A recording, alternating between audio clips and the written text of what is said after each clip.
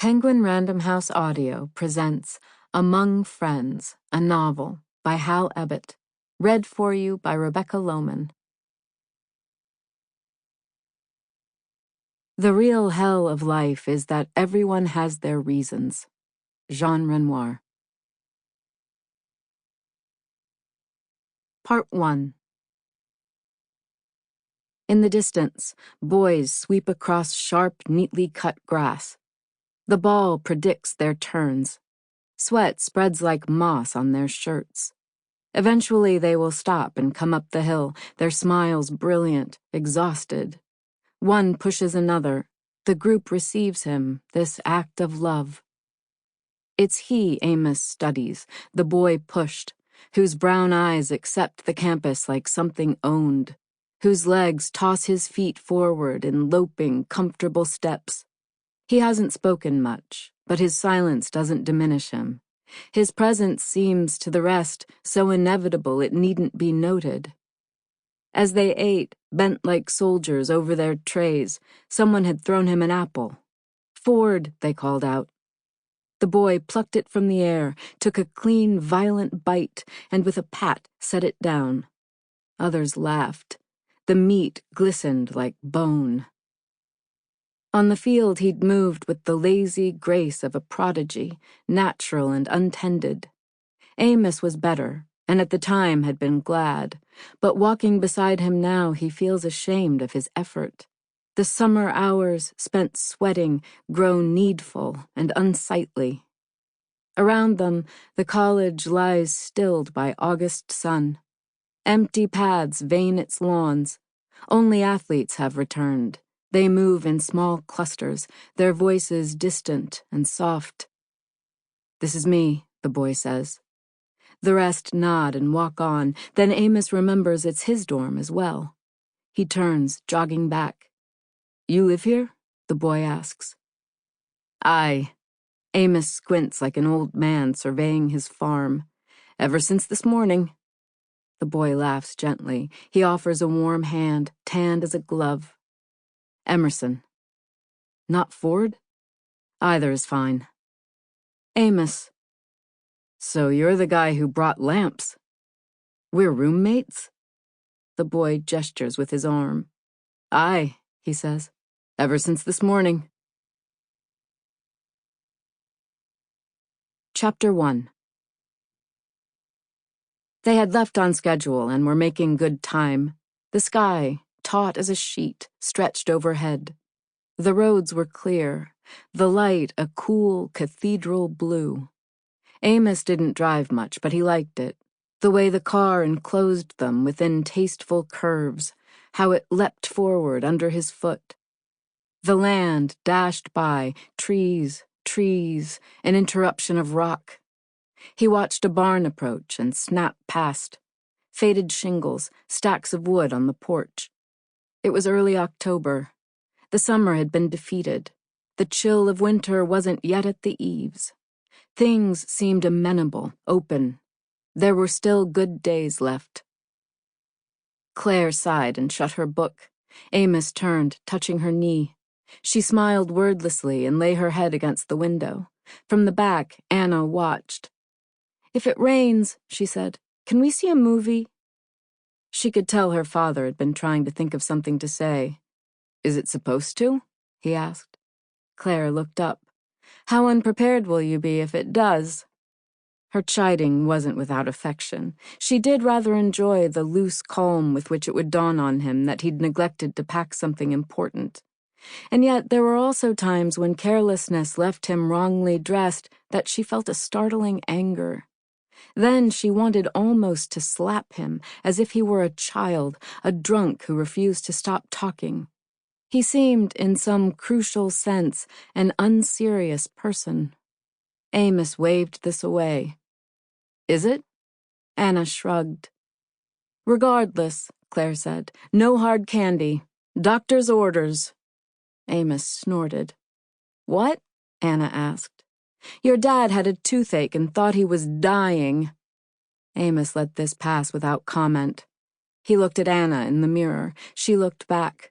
He screwed up his face and frowned, as though someone had asked for the music to be turned down. Claire's gaze alighted like heat on his cheek. "It won't rain," he said. "Not on his birthday. Emerson would never allow it." That morning, Amos had sat on the edge of the chair while an assistant went in search of the dentist. Blood in the sink had brought him, a small swell at the back of his jaw. Swell, that's how he'd described it over the phone, like a little hill. What had he not wanted to say? Lump, of course, because everyone knew what came next when you found a lump, and spitting blood was a sure sign that someone in the movie was going to die. Claire had assured him it was nothing. "I'm a doctor," she said. "Who's also my wife," he replied. "I need an impartial opinion." "The more reason to trust me. Shouldn't I be biased in favor of alarm?" At the time, it had seemed like a fair point, but as Amos listened to the chair squeak beneath him, he realized how quiet the room was, how empty. Yes, he thought, she should have been. "Amos," Dr. Phillips said, coming through the door. He gestured toward the counter. "Floss?" Amos shook his head. "Better you know the real me." "Right," the man said flatly. "Let's have a look." Amos sat back. It was an odd joke, he allowed. Was it funny? Yes, sort of. Not terribly, but enough. Funny enough for a dentist's office, certainly. What did he expect? Were people making better jokes than this? To whom was he explaining himself? Why not simply say nothing at all? Here his mind went, scurrying in search of thoughts and tasks, observations and quips.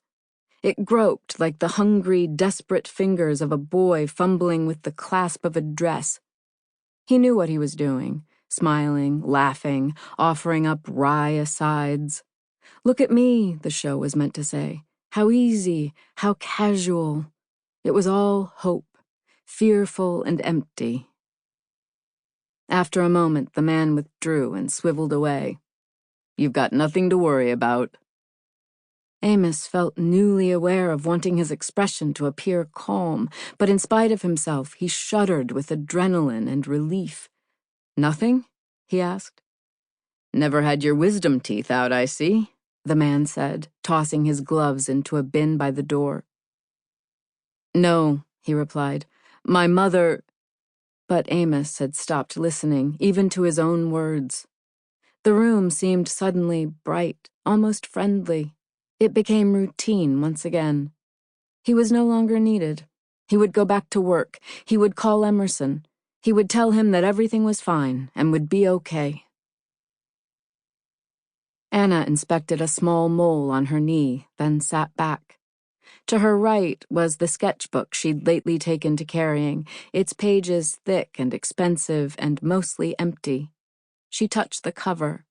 She wasn't ashamed of it yet. She still believed it might play a role in who she'd become. Trees poured along the sides of the road. The car seemed to swim through them. At some point, the city had dropped away. Now there was land, green, sprawling, delicious as sips. The thought of blunt streets became harder. The click of pigeons faded, was gone. Anna opened the window. Claire looked up from her book. "Must you? But it smells so good." Her mother said nothing. After a moment, Anna shut it again. The rumble of wind continued outside the glass. "How long were you scared?" she asked. "What?" Claire replied. "Not you, Dad. About your tooth." "Oh, Muskrat, I wasn't scared.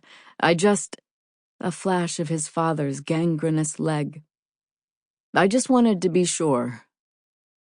She seemed unconvinced, and Amos imagined going on, adding to what she already knew, that her grandfather had died before she was born. Details about the way he'd looked, lying there in the living room, his bones run through with tumors, his calf like a squash left to rot in the sun. Maybe he'd continue. describing how they'd stood around the cheapest pine casket, a casket which wouldn't have moved him one way or another had his mother not screamed that of course there was no... Sample complete. Ready to continue?